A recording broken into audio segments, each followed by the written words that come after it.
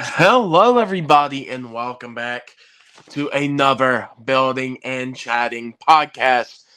This is episode 91 of the podcast. Let's go.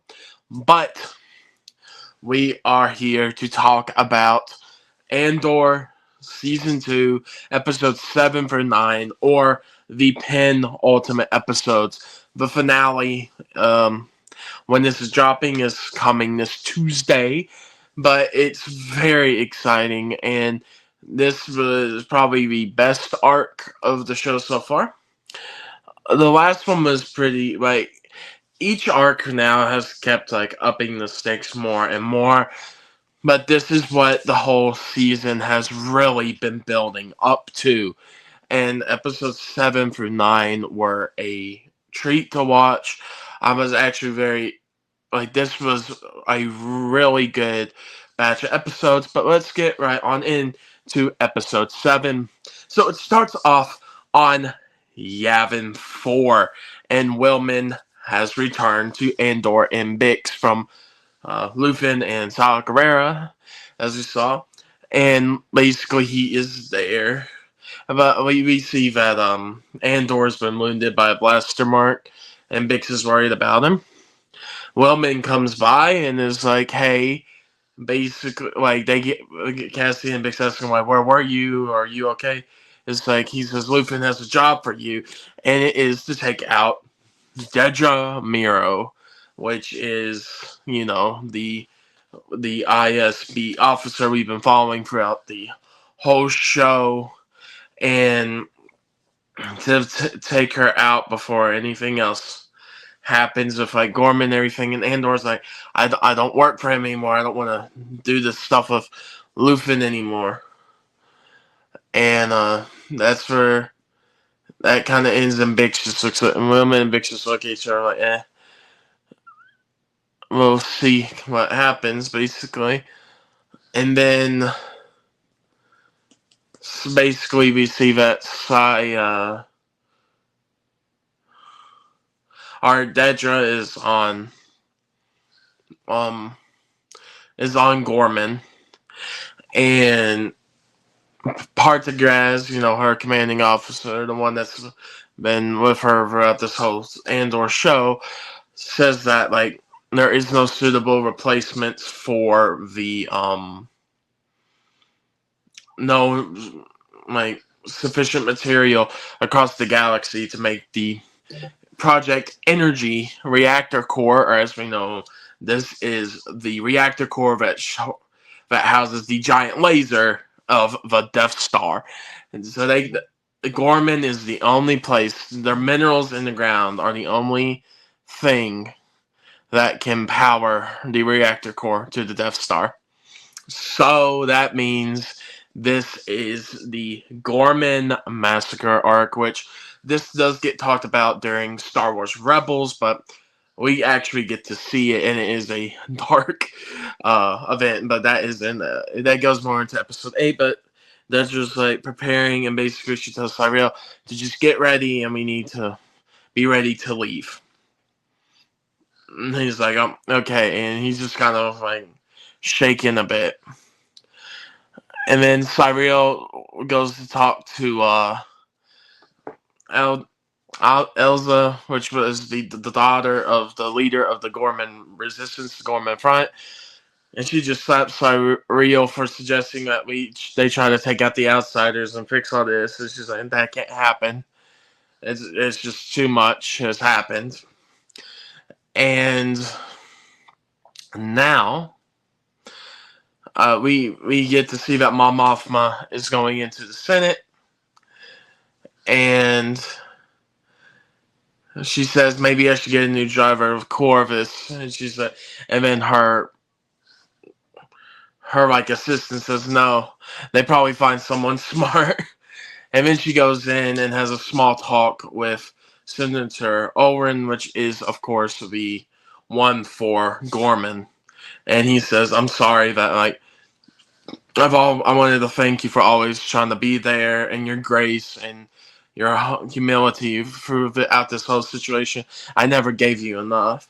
I mean, he's like, I hope something can work out. And Or like basically he's disappointed in the peace talks. He knows that it's probably not going to happen for Gorman, and the Empire's just going to have their way.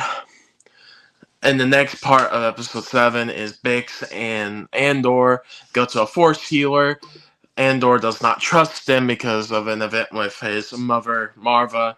And this gets mentioned also in um, season 1 when he's maybe you should take her to a Force healer. And she says, no, I don't trust him, Cass. And so it's funny. It's kind of like, but it's also like he's just scarred so much, and the Force hero comes over. She's like, "It's your right shoulder, isn't it?" And like, are you? And it's like that feeling I haven't felt that in a long time, like hope and for the rebellion, like a hope, basically, or strive for more, and then he walks away. He gets upset with it, and Bix tells him that he was a pilot and a soldier, and she said, maybe you is what he needs, and that gets her to think maybe that will help him, or like you will help him. And she gets to think about that and goes back to Andor, and she told him, as she told the Force Lady, he was a pilot, and that like it looks like she actually did heal him, the Force healer. And this is what. And she said, like, what did you see? What did you feel like when she touched you? And she said, it had to be something good, right? And then that's when Andor fully goes on the mission with Wellman to Gorman to try and take out Dedra so this stuff can stop. And he feels like he needs to do it. And that leads us into episode 8, like he gets checked into his hotel. And they said that, we might have to report this because you came in late, don't have your badge and everything. But of course, this is the same guy that told him about Tarkin's massacre on Gorman, where the memorial was. So he became a friend to Andor, and he knows who he is, of course, and of the Resistance. And so he helps him out. And basically, Andor's whole thing through this episode, because everyone's now on Gorman. So this episode 8 focuses entirely on Gorman. And Sai. While Andor he goes to sleep, and Wilman says we'll check the weather in the morning and everything. Andor wakes up. He's like, they're putting a barricade around everything. I can't get a clear shot from here. They're putting a barricade around the plaza, and he's like, what do you mean? Wilman's like, what do you mean? And it's like, I can't do nothing. And then Cyril goes out, and then the leader of the Gorman Resistance like, Cyril, why would you walk in our crowds? Because they called an imperial meeting. And he pushes the dude down and leaves. He's like, just like Cyril's just losing it this episode. And he finally gets to the Imperial office, goes inside, and then they house him with the K2 droids. And with these other people in there. Like, and then the focus more on the Cyril art basically goes back to Andor, like he's trying to track Dedra through the crowds, figure all this out, try and get a good lay of where he can find a way to shoot her. And during this, Cyril goes to Dedra's office and makes her walk away from the window Andor was about to shoot at. And he's like, "What are we doing?" And and Cyril forces her to tell him that they're destroying the planet. Gorman is done. And he gets mad and is like, "Ugh, you should have told me or we figured this out and everything." Because he's like, "I don't know. I didn't know any of this." He goes out, and then the Imperial officers are like, "Should we proceed?" And they do. They proceed with the Gorman massacre, which is they had an Imperial shoot another Imperial to make it look like the Gormans were violent and fighting back. and that's when they start to all just shoot at each other and hurt each other and everything. It is intense. The stormtroopers start firing everything, just go because there's stormtroopers surrounding this entire place, and they go ham on these people. What it is, and then they bring out the robots, the K2 units, the KX units, and of course one of these does become K2SO. I will say that, but the KX units come out. They're swinging people left and right. All of the resistance members are gone. The rebellion members of Gorman are gone after this, and basically Andor and Will meet up again, and and then Willman is like, I need to find Deer, like his like new girlfriend.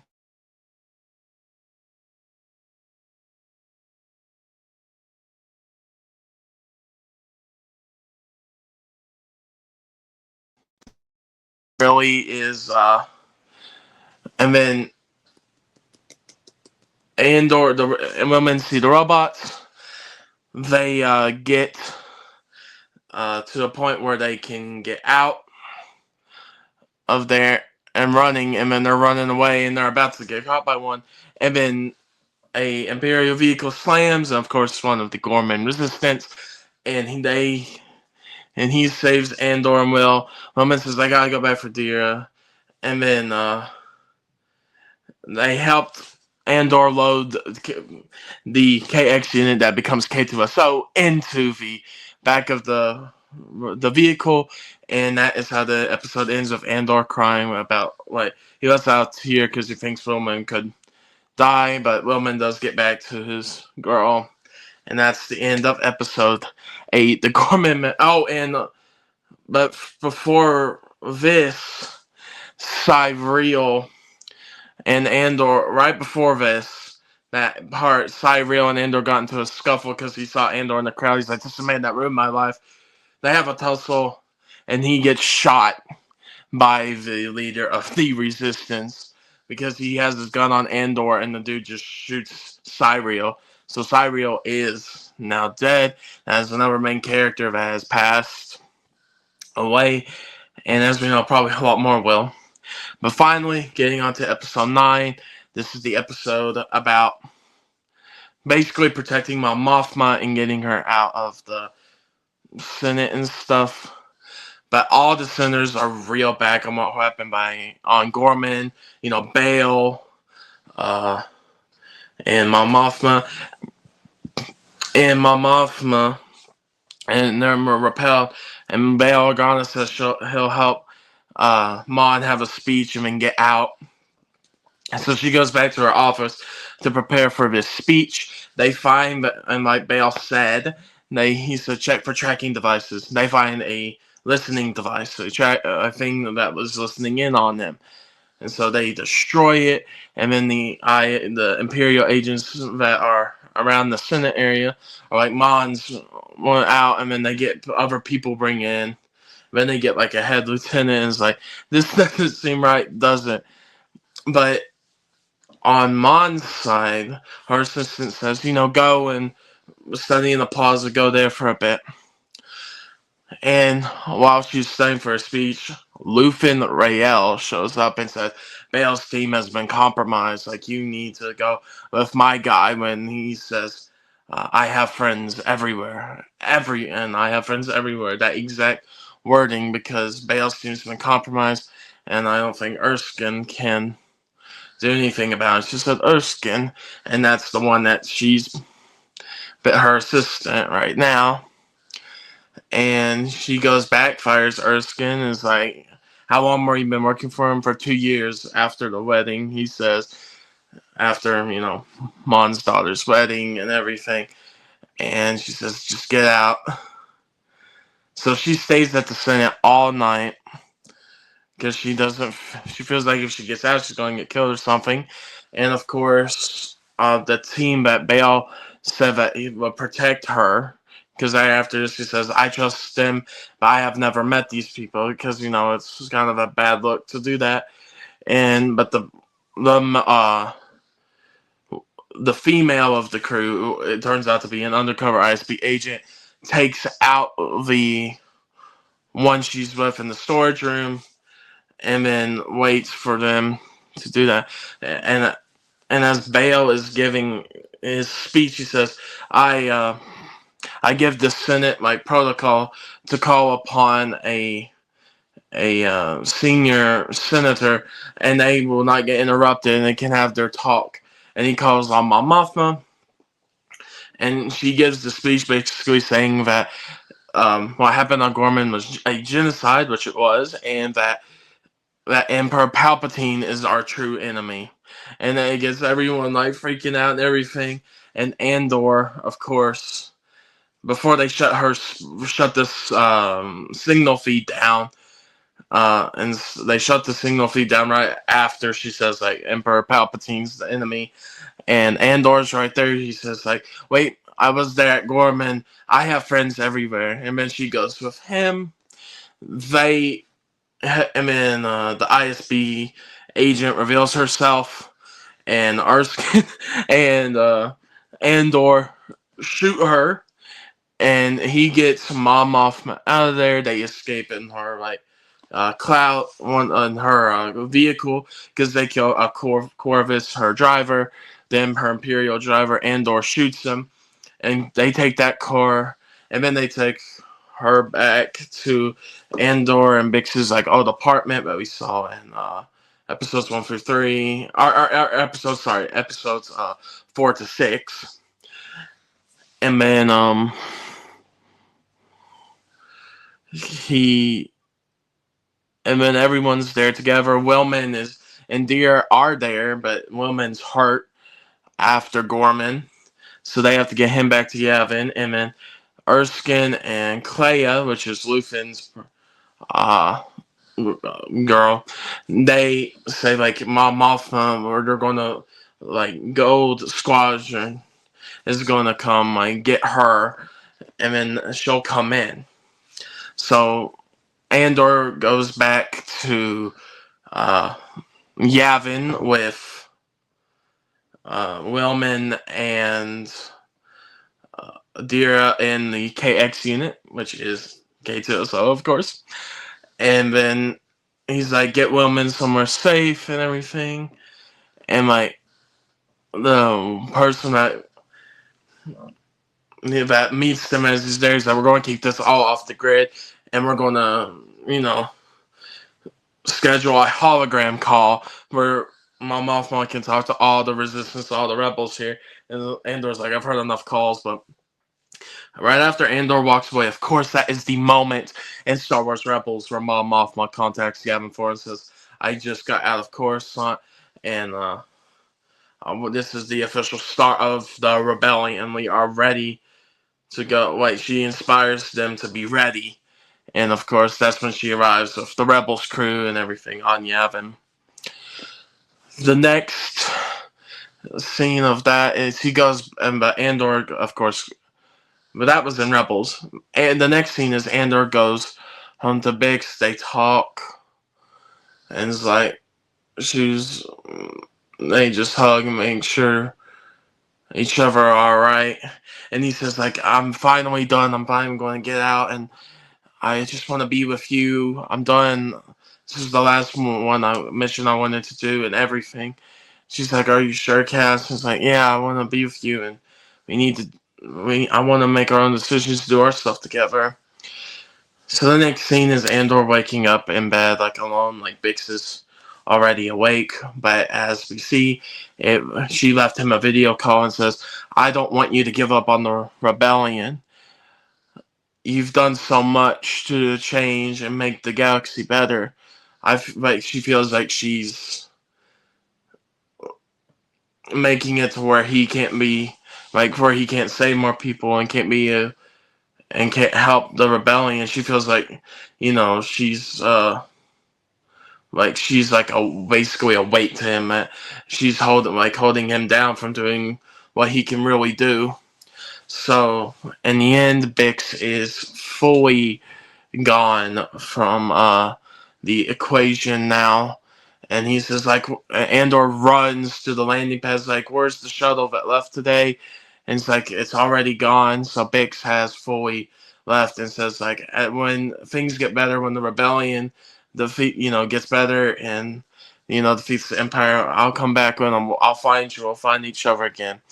But of course, as we know, like literally about a year after this episode, at the end of episode 9, because there will be 10 through 12. 12 is a year later after these, and literally 12 will end right where Rogue One, where we see Cassian and Rogue One with Jin on that planet with K2SO. So it literally will end there, and then the final scene is them booting up K2SO. They have their blasters trained on him and everything. Like, they don't know what he's gonna do, if he's gonna, you know, be violent, and the rewiring, you never know. And he's like, "Did I do something? Why? I see I seem to be at the center of the attention. You might all putting those blasters down." And that's where it ends. And K2SO is here. But this was an amazing arc of Andor. A really good arc. I really think you should watch it. Um, I really would say it's probably a 10 out of 10 arc. It was really good. It was very fluid. Made a lot of sense. And it's just a really it lines up with everything. The beginning, you've seen the forming of the full rebellion in Andor, and it's been really worth it to see. And I'm very excited for the finale episodes. But yeah, thank you all for watching. This has been Bouncing Into Live, and I will talk to you all later. Bye bye, everybody.